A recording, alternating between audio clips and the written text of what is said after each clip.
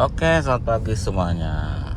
Melanjutkan video kemarin ya, karena penontonnya lumayan juga. Kita lanjut karena ada pertanyaan tidak apa pertanyaannya? Tidak terlalu penting juga kilometer rendah gitu kan. Yang penting kondisinya memang bagus gitu. Itu betul ya, betul banget itu, sangat betul. Jadi nanti kita bahas perbedaannya yang kilometernya rendah sama kilometernya lebih tinggi ya, yang beda 100.000 kilowatt. Apa sih? Nah, kalau ini kan memang kilometernya cukup tinggi ya, 174.881 seperti itu. Jadi cukup tinggi. Jadi memang ada beberapa yang harus diperbaiki ya, karena kilometer tidak bohong. Walaupun ya kondisi si dalamnya ya juga tidak bohong ya, memang tidak ada yang kelihatan sobek tapi kotor gitu ya. Jadi kemungkinan saya sudah lama gitu. Kayak gitu-gituan tuh ada handle-nya bekas tangan itu, saking banyak yang pegang jadi kelihatan kayak gitu ya. Tapi kalau yang lain sih so far so good ya. Mesin ya itu dia saya bilang tadi, kilometer tidak bisa bohong. 170 itu pasti sudah banyak yang harus dipegang, yang harus dicek, yang harus diperbaiki begitu ya. Seperti kalau memang saya urut, yang sudah diganti adalah si kompresor sama orangnya ya, kaki sama orangnya komplit, terus starter saya yang servis, radiator kita yang ganti, terus matic kita yang perbaiki, mesin kita yang perbaiki, ada bocor dan coil, dan servis ECU mesin juga. Jadi ya itu namanya kilometer tidak akan bohong.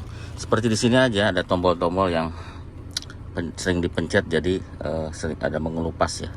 Nanti kita bandingkan dengan kilometer yang lebih rendah. Nah, kebetulan kita ada 407, Peugeot 407 tahun 2007. Kilometernya masih cukup rendah ya, masih 60 ribuan. Jadi cukup rendah. Nanti kita lihat kondisi mesinnya, kecuali bodi. Kalau bodi memang itu langsung berhubungan dengan udara luar. Jadi ya kalau umur segini udah pasti banyak ada banyak baret, ada penyok gitu, karena itu kan kondisinya sangat susah dijaga ya. Bisa dengan motor, bisa dengan orang buka pintu dan sebagainya. Seperti itu. Jadi kita bahas yang walaupun bodinya masih lempeng ya, secara pernah kita buka bumper depan itu belum ada benturan ya, hanya baret-baret karena mentok kegesrek di aspal ya, karena memang pendek. Tapi kalau dalamnya belum ada benturan ya, jadi tidak ada benturan sama sekali. Oke. Nah, untuk kita bahas ini dulu ya. Jadi kelihatan dari ruangan sini bahwa si setirnya tuh sangat mulus. Itu salah satu menandakan bahwa kilometernya masih cukup rendah. Walaupun bisa saja diganti, cuman kayaknya niat banget karena ini mobilnya agak jarang ya. Kalau diganti juga pasti cukup mahal dan copotannya juga susah. Sangat susah copotannya. Terus secara dashboard di sini kan masih aman ya, tidak ada yang boncel atau apa gitu ya. Terus tombol-tombolnya tidak ada yang terkelupas. Biasanya kalau kilometer tinggi pasti yang sering dipencet seperti tombol auto, putar-putaran itu biasanya terkelupas ya, warna hitamnya, jadi warna keputih-putihan. Kalau itu cukup oke, cukup mulus. Terus joknya juga masih mulus, tidak ada yang sobek. Apalagi yang sebelah kanan gitu biasanya suka sobek karena orang keluar masuk untuk nyetir ya, apalagi yang pakai celana jeans mungkin bikin rusak itu si jok. Di belakang juga nggak ada. Untuk kabin sih aman ya, untuk kabin aman. Terus masih berfungsi lah, cuma yang power window itu aja ya, power windownya modulnya kena, lagi diperbaiki. Dan itu sih sebenarnya bisa dibeli ya, karena ada itu pernah pernah nanya, tapi lagi coba diperbaiki dulu. Apalagi ya ini, memang sih kalau yang di Matic kerainya sudah bolong. Kemarin ada yang jualan juga, tapi kita belum sempat beli ya. Ada kerainya. Karena itu sering dioper-oper ya. Dan rata-rata saya lihatin 407 yang lain pada bolong juga. Jadi mungkin itu salah satu kelemahannya ya. Jadi bukan hanya di mobil ini. Apalagi ya, ya seperti itu. Nanti kita lihat mesinnya. Nah, kita lihat si mesinnya ya. Kenapa kilometer yang masih cukup rendah ini. Nah, ini kotor debu ya, tapi kita nggak lihat debunya. Yang kita lihat ini kayak baut-baut gini, ini masih lengkap dan masih aslinya, berarti belum banyak dibuka. Terus ini pompanya di sini, ini kelihatan belum pernah diapa-apain karena masih ada pelindungnya. Ini juga sama, malah airnya kita juga sampai saat ini belum pernah nambah ya, segitu-gitu aja. Dan warnanya juga coolant, warna kemerah-merahan ya, coolantnya bawaan mobil sih kayaknya seperti itu. Ini soketnya masih aslinya. Terus soket injektor masih bawaannya, klepannya ini masih bawaannya ya. Jadi saya belum pernah dibuka, kalau saya sendiri juga belum pernah buka. Kalau ini kita udah ganti timing belnya kan waktu itu. Ini mounting-mountingnya juga masih kayak gini, belum pecah, masih oke ya. Terus kompresor bawaannya, terus apa lagi ya, pokoknya seperti itu deh ya kondisinya. Preman kayak gini, terus kayak gini. Ini kalau udah dibuka patah ini pasti. Nah, kayak gini ya, kayak gini dan sebagainya. Posisi ini ya, jadi menandakan memang si kilometernya masih lumayan rendah ya. Biasanya ini udah burem nggak kelihatan, ini airnya masih kelihatan, ini minyak kelihatan, masih kelihatan jumlahnya, jadi nggak perlu dibuka, sudah kelihatan masih ada, dan sebagainya ya. Seperti itu ya, kompresor masih asli, alternator asli, dan kita tidak akan buka karena harusnya sih masih tahan lah sampai 100 kilo biasanya, 100.000 kilometer. Ini masih 60 ribuan jalan, masih bawaannya semua ya. Kabel-kabelnya juga masih bawaannya semua. Kabelnya belum ada yang kena tikus juga, mudah-mudahan jangan ada yang kena tikus ya. Seperti itu untuk kondisi si mesinnya ya. Di bumper juga pernah kemarin dibuka waktu buka poklen, ini tidak ada bekas jadi masih bawaannya, termasuk yang ini ya, masih ada tulisannya, berarti ini belum pernah nabrak. Ini juga masih bawaan pabrik tuh, belum pernah, mudah-mudahan jangan ya, masih bawaannya sana. Yang sebelah sini sama ya, kayak gitu ya. Jadi itu untuk mesinnya. Apakah ini benar 60.000 km? Saya percaya ini kilometernya benar. Nah, jadi ya seperti itu ya.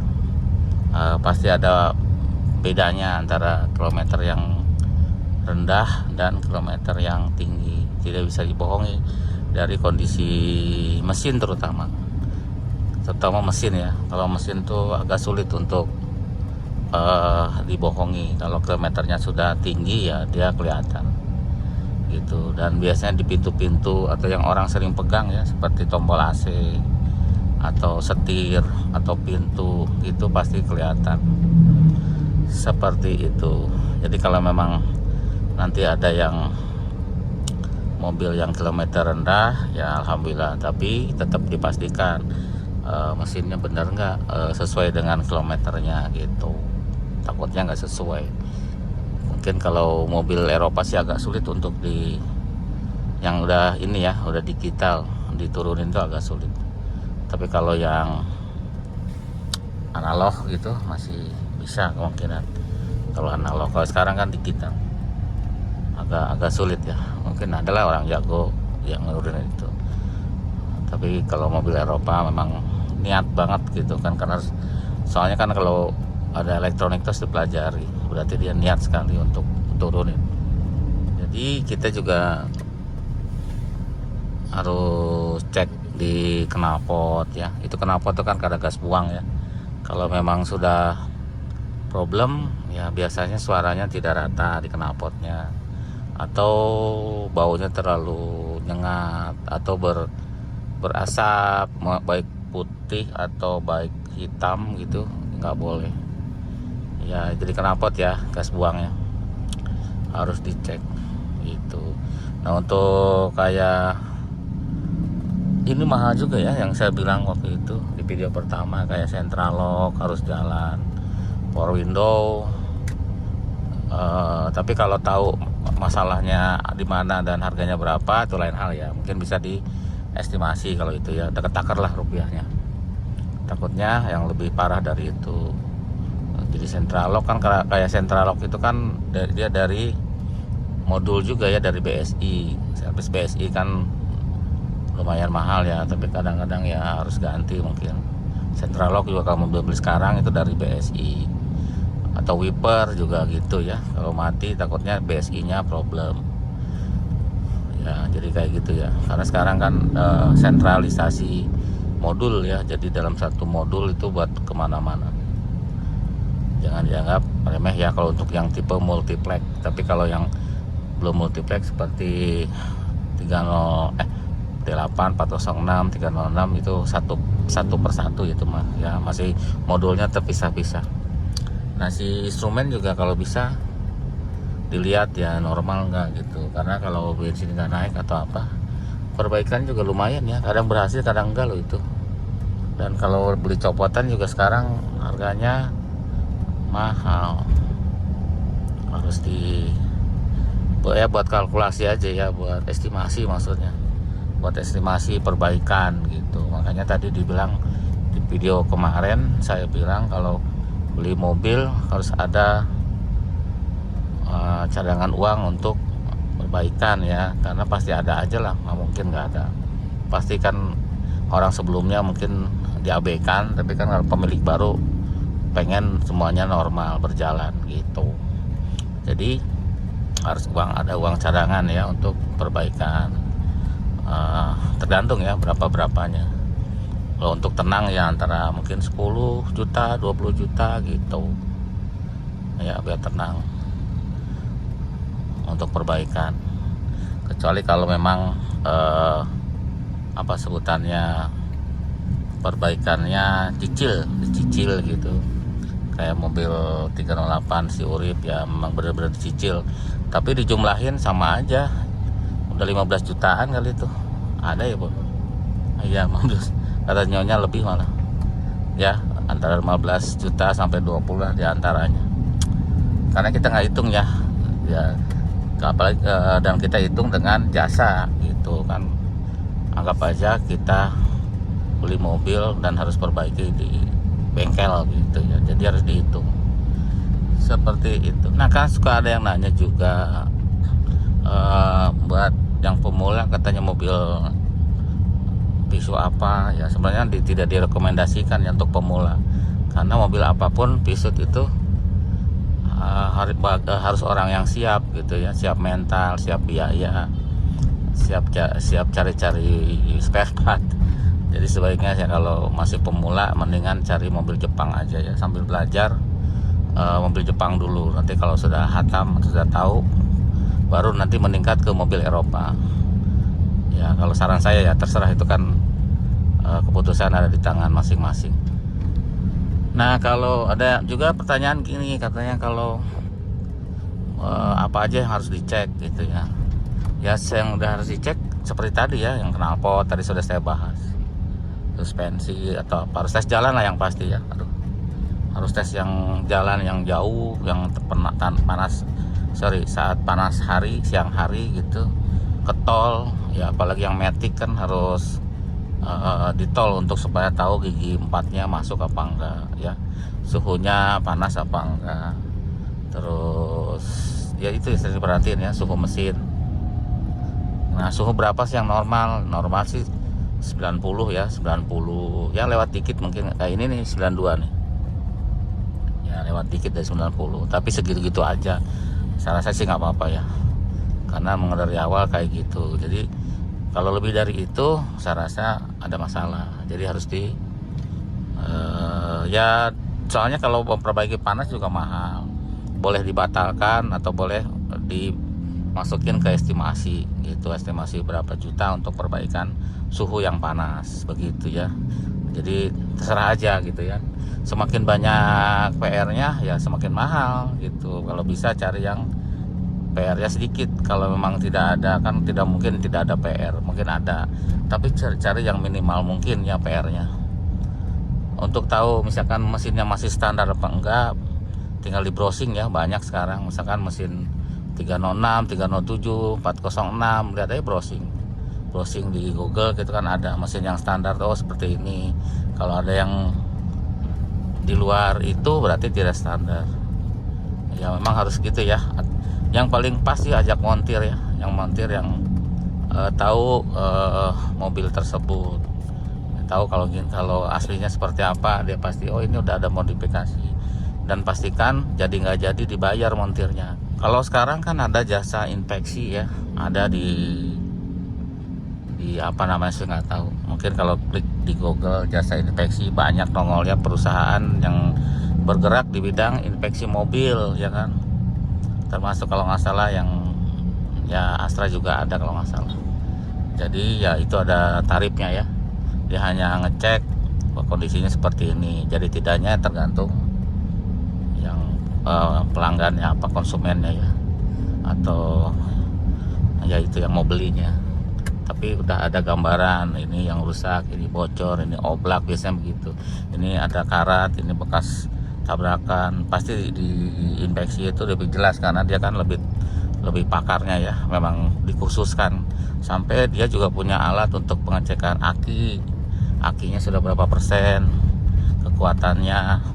Terus alat diagnosa juga dia ada, nanti ketahuan apa yang rusaknya ya, terbaca. Sampai dia ada alat untuk pengetesan AC ya, AC-nya berapa derajat, karena dia tahu yang normalnya misalkan 10 derajat atau 8 derajat, ini 15 derajat, berarti katanya kurang normal. Nanti dia ada itunya ya, ada di bukunya, ada di apa pelembarannya gitu. Pokoknya ada hasilnya lah, hasil lebaran hasilnya tuh ada. Nah nanti kita yang memutuskan kita jadi beli apa enggak. Nah itu lebih bagus ya malah, karena dia memang khusus di bidang inspeksi, beda sama montir. Oke, terima kasih sudah nonton, mudah-mudahan ini ada manfaatnya.